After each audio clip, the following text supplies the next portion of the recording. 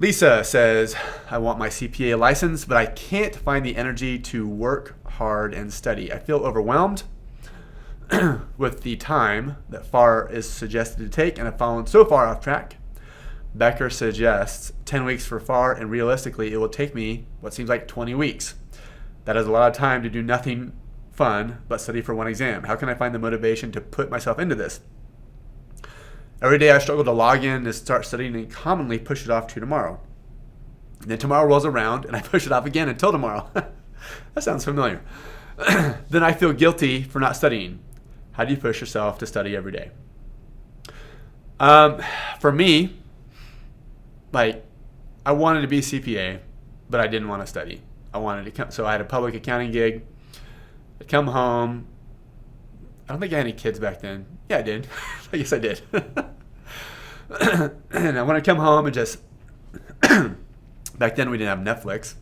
We didn't have smartphones. That's how old I am. But I wanted to play Madden on PS2. Anyone still play Madden? I don't have time for that anymore, but back in the good old days. I didn't want to study. And so I would go and I'd cram for a week and I'd fail with a 71. And I'm like, why did I fail? Oops, I guess I'll do it again. And then I would just repeat. I did that for 3 years.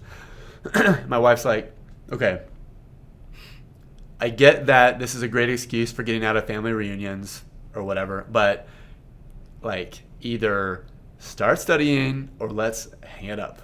And so I said, you're right, it's time. And so then I did what I've developed into the L plan, early, lunch, late. It conveniently matches the first 3 letters of my last name.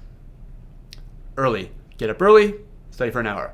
Study at lunch, skip, going to the deli with whoever and gossiping about the boss. Eat your sandwich for 10 minutes at your desk, and then watch a 50-minute lecture. Stay an hour after work if you can. If you have kiddos to pick up from daycare or whatever, you can't do that. And then study for an hour or 2 at night. That's the early, lunch, late. And then study for 8 hours or so on the weekends. And again, you can get the Ninja Study Planner and map all that out at another71.com/free. And it's a free download. And so, but the bigger question is, how do you motivate yourself? So it's like if your mom or dad came to you and said, we want you to run a marathon. Well, if you're like me and you hate running, that's why I always played goalkeeper in soccer. I hate running. So if it's someone else's goal for you to run a marathon, are you going to get up and train? No, it's hard. It's terrible. Who wants to do that? If you want to run a marathon, and if it's your personal goal, then that's great. And then you will do it. You'll find the time. You'll run 16 hours on a Saturday training for it. And I know that because my brother-in-law did it. So I think I've ran 16 miles in my life. Did I say 16 miles or 16 hours? Anyway.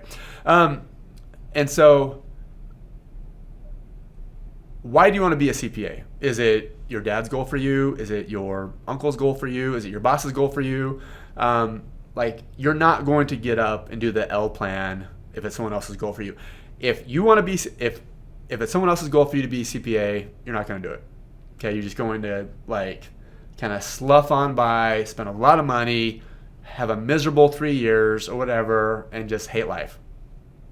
If you want to be a CPA because you want to prove to that college professor who kind of looked down their nose at you and thought you were dumb, or this guy. If you want to prove to your uncle who said, you kids have it easy this day and age, we had to sit in some hotel banquet hall for 3 days straight or whatever, and number 2 pencils and yada, yada, yada. You kids have it so easy these days.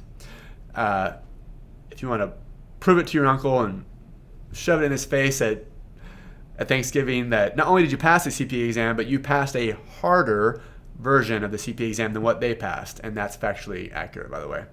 Not debatable. And the exam's longer and you have to know more, and there's not like 3 pronouncements back in 1983 like there was when your uncle took it. Okay, all right. Soapbox over.